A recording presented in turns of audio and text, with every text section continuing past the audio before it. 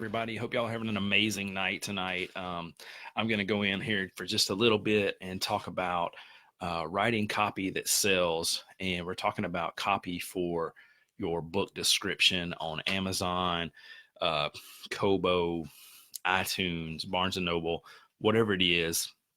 I know a lot of stuff we've been talking about has been basically Amazon, but all of this stuff is going to work for just about anything. I want to tell you, probably in the next couple of days, I'm going to talk about AMS. Hey, what's up, Jordan? Hope you're having a great night, man. Hope your wife and is doing good. Pregnancy's going great. Love you guys. Hope everything's good up there in Tennessee. Um, so anyway, later we'll be talking about Amazon's marketing, which is basically a pay per click. So we're going to look at that. Hey, what's up, Michael? Hey, what's up, Christine? Thanks for jumping on, guys. But tonight we're going to get into writing a description that sells on Amazon. Okay. It's going to be pretty simple. It's going to be probably not that long and drawn out. But this week I listened to, what's his name? Brian Cohen. I listened to Brian Cohen on Kindlepreneur podcast. I just listened to two more YouTube videos where he was interviewed on other podcasts. I'm actually going to see if I can get him and interview him, maybe in the group or on my podcast that's going to start in September. But he's pretty much a master of writing sales copy for books. And he's written about 40 books. That's including workbooks and things like that. So guy knows what he's doing. He's got a business that's all he does is teach people how to do that for fiction and nonfiction. So we're going to talk about some of his hints. I believe Karen or someone commented earlier on the video. Hey, what's up, Farley? Basically it's a hook, your expertise, and what problem am I solving? And so we hear this all the time. Talk to people about the problems we're solving. Give them solutions. Don't talk to them about neck pain. Don't talk to them about publishing books. What are the problems we're solving? Guys, I've asked y'all in this group. I've asked somebody called me out on Facebook today. Actually had to delete their comment because they were kind of being a little bit hateful to the other people in the in the feed. But basically, somebody said, hey, you must have something coming because you ask all these questions. Well, yeah, guys, I'm trying to learn what y'all want so I can give it to you. So we're going to talk about with books, we don't have time. We don't feel confident. We don't know if we're the expert, all that kind of stuff. So guys, y'all do have time. Should be confident you are the expert. So let's talk about this. We want to sell our book. So what is copywriting? We talked about the copyright a couple of days ago. Now we're talking about copywriting. Copywriting is just words that sell, okay? It's persuasive language to help somebody make a decision, not a bad decision, okay? We're talking about good decisions. The books that we're going to be writing are to help people. The books that I'm going to be writing are to help people. The books that I've written are about neck pain and then about my story of dealing with depression and addiction and things like that. That book was meant to help people. And so is the book on neck pain. Okay. So when we talk about persuasive language, I've talked to people before and they're like, I don't want to persuade anybody into anything. Well, that's okay. But I had to persuade my kids to go to bed tonight so I could do this video. I had to persuade my wife to wait a little while. She's having some back pain. I'm going to work on her in a minute, do some therapy on her. I had to persuade her to hang out and wait for me to do this. So we're persuading people all the time to do things, and it's not a bad thing. So don't feel like it's a bad thing. And the second thing, or the third thing, is copywriting. It gives you a call to action. Okay. I asked people to comment boost whoever wanted to be tagged in this uh, post tonight, and 3 or 4 people did. That was a call to action. Okay. So copywriting is words that sell, persuasive, and call to action. So that's what we're doing. So the next thing, what if Brian Cohen says, what did 99% of people get wrong? Okay. He said 99% of people write a book synopsis. That's what we did for our book that we published on Amazon. By the way, my book's #1 in pain management and chronic pain tonight. Free Kindle. Just letting y'all know. Didn't know, just wanted to let you know. #1. So even not knowing what we were doing, we're still at #1 on those little free categories. So the next thing is And that's all we did. We just wrote a book synopsis. I just changed my book description tonight, and I was like at 9:01. I realized I need to come in here and do this video. So I'm going to post our old book description and our new book description, and I'm going to see if what y'all think. We're going to have a vote and see which one's better. I don't know if it updated on Amazon yet, but I'm gonna check it out. So we don't sell because we're not connecting to the reader. Okay. If we're putting in, hey, this is a book about neck pain, or hey, this is a book about serving, or whatever, and then you list whatever it is you're listing, well, then that's not necessarily connecting to the readers. That blue was bothering me. Sorry, guys. But if we put, hey, are you sick of having neck pain? Are you sick of not living your life? Are you sick of whatever? Okay. Then they're doing that. So we need to pay attention to what's exciting our readers. So we need to do some market research and say, hey, what are people who have neck pain? What are they worried about?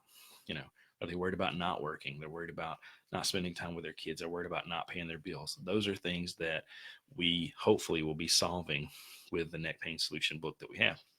So, guys, I'm not promoting my book, but that's the only book I've got right now. So I'm just talking about that. So what are the non-sales? What are the nonfiction sales pages or book descriptions? What problem does the reader have? Okay. So the hook is the first thing you need to do when writing a book description. Is it has to have a good hook. Buy now, stop here, read this, free cheeseburger, free chocolate ice cream. Those are two that would make me stop and do it, read the book. So we want to say, what hook do we want to have? So what Brian Cohen recommends, and Dave Cheeson and a couple other people, is write out 20, 30 hooks. Okay. Just start writing down whatever you can think about. Hey, sick of having neck pain. Hey, tired of not sleeping. Hey, do headaches have you down? Whatever it is, crick in the neck, shoulder pain, and just write those out, and then ask other people, our group, there's 192 of us now, post it in the group. Hey, what's up, Katrina? And just say, hey, do y'all like this hook? And the other groups that I'm in, we post, like I posted my logo today. We post logos and say, hey, which one of these logos do you like? Which one of these descriptions do you like? Today, somebody texted me and said, hey, do you like what I've written here? Do you think it makes sense? There's plenty of people willing to give you opinions. If you don't believe me, just go look at my post last night about questions about self-publishing and see the people that wrecked it and the ones that answered questions. There's plenty of people willing to give advice. Okay. So we got to have that hook, and I'm going to read you what I wrote. Have you ever considered how you could blank without blank? Have you ever considered how you could live without neck pain? Have you ever considered how you could sleep without neck pain? Have you ever considered how you could play golf without neck pain? Whatever it is. So you want to put yourself in the mind of the people that are going to be buying your book. What are they thinking about? What are they worried? What keeps them up at night worrying about the problem that you're solving? And then put that in the hook. Okay. So the next thing, and you put it in there, and so if you want to put the table of contents in the book description, that's fine. Maybe you want to put them as questions. One of them is ours is stretching and exercises. What stretches and exercises should you do to help with neck pain and headaches?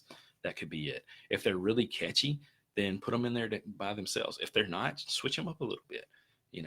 What exercise has been proven through research to help you get rid of headaches faster? XYZ. What pillow has been proven through research to help you sleep faster? None. But whatever you want to put that in there, okay? And then in this book, you will learn XYZ.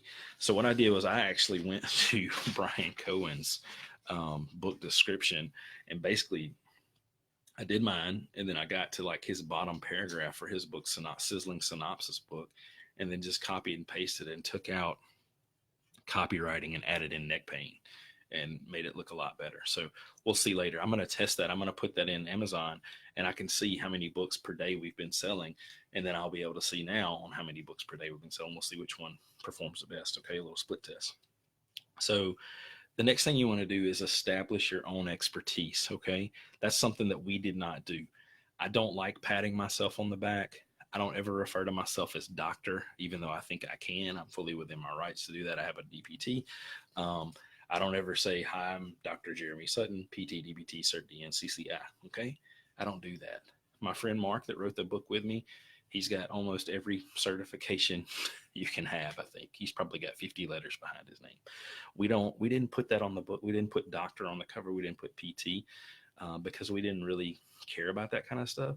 But I'm thinking I may redesign the cover later and put Dr. Mark, Dr. Jeremy, physical therapist, or something like that. But I did in the new description, I put our names, doctor in front of them, and all of our credentials behind it because I'm showing our expertise. I put that we had combined 20 years of experience in outpatient physical therapy treating neck pain. I put that this was a list of things that we have seen over the last 10 years and things that we have researched to show you what the best answers are. So that's what I did. We have to demonstrate our expertise. Okay. Another little thing is it says, put you, don't put I am teaching you, put you will learn. And then another thing it says, instead of you will learn, you will discover. These are just like hot words that help sell. Talk to people. You are going to get benefits from this. You are going to write more books. You are going to sell more books. You are going to sell more of your courses because you have books. You are going to be the expert. You're going to discover how writing and publishing and selling books and selling courses makes you a better expert. That's how we do it. Okay. So we're doing the hook, we're showing our expertise, and then we're showing people what they're going to get with the book. Okay. So we got hook, expertise, and we're speaking to their problems. So, talks about getting a quote from another author and putting it in the book description. And basically, if it's not a well-known author that has something to do with the genre you're in, it's not going to happen. So I guess with my book with Neck Pain Solutions, maybe I could reach out to Robin McKenzie and get a recommendation. He ain't doing that. So, we're probably not going to put anybody in there because if you just put, let's just say I put one of the doctors here in Shreveport, Louisiana, which is where all the doctors are for neck pain. What if I put one of those docs in? Well, nobody else knows who they are because no matter what you think, mostly about 30 miles from where you live, nobody knows who you are. That's why these books are so important. That's why Facebook and social media is so important to be on here. So another thing they talk about is don't set your book description and forget it. So I know Alex and Will in Healthcare Digital Marketing talk about this all the time as split testing. We've had the same book description for a long time. I changed it about a week ago. I want to go back and look and see what happened when I changed it. We've actually done pretty good in the last week on sales of our free book, sales. And then so I'm going to change. I changed it tonight. I don't know if it went in, but if not, I'll change it in the morning. And we'll see in the next week or two if sales go up or if they go down or if they stay the same. And we'll just check that out for a couple of months. And then I may change it again and see how it does. So we're just going to kind of test and see which one is the best and then go with that. So that we're not just setting it and forgetting it. And then, we want to make sure that people are clicking through it. So if we put a good headline, it's going to draw people in. So we want to bold that. We want to highlight it if we can, make it bigger. Then Amazon's only going to show like the first 2 or 3 lines. So we want to make sure the first 2 lines are amazing. There is the tool that I showed y'all or put in the group earlier today. It's how to create and design a better book description. And then you copy the code and paste it into Amazon. I just did that. It works really well. It looks a whole lot better than what I had, in my opinion. Hey, what's up, Steven? Hope you're doing good, brother. And guys, you can do that. Make your book description look a whole lot better, a whole lot more professional, and start selling some more books. So that's really all I have for tonight. I think this topic is definitely going to go, we need to go more in depth in it. And I'm going to be doing some more research on this in the next couple of days for sure. Hey, what's up? I'm going to be doing some more research on this in the next few days.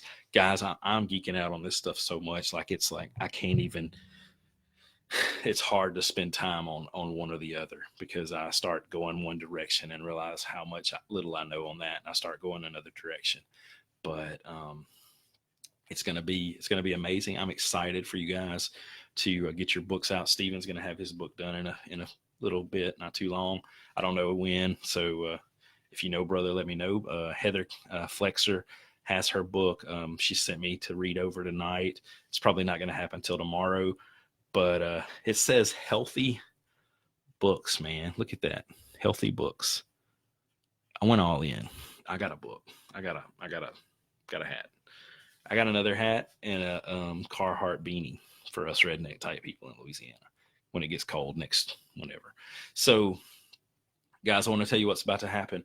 Um, for actually, I'm going to stop this video and I'm going to come right back. So, guys, I hope you learned a lot, and I'll be right back. Don't go anywhere if you want to. I want to tell y'all. I want to kind of give y'all a little origin story. So, hang on just a little bit.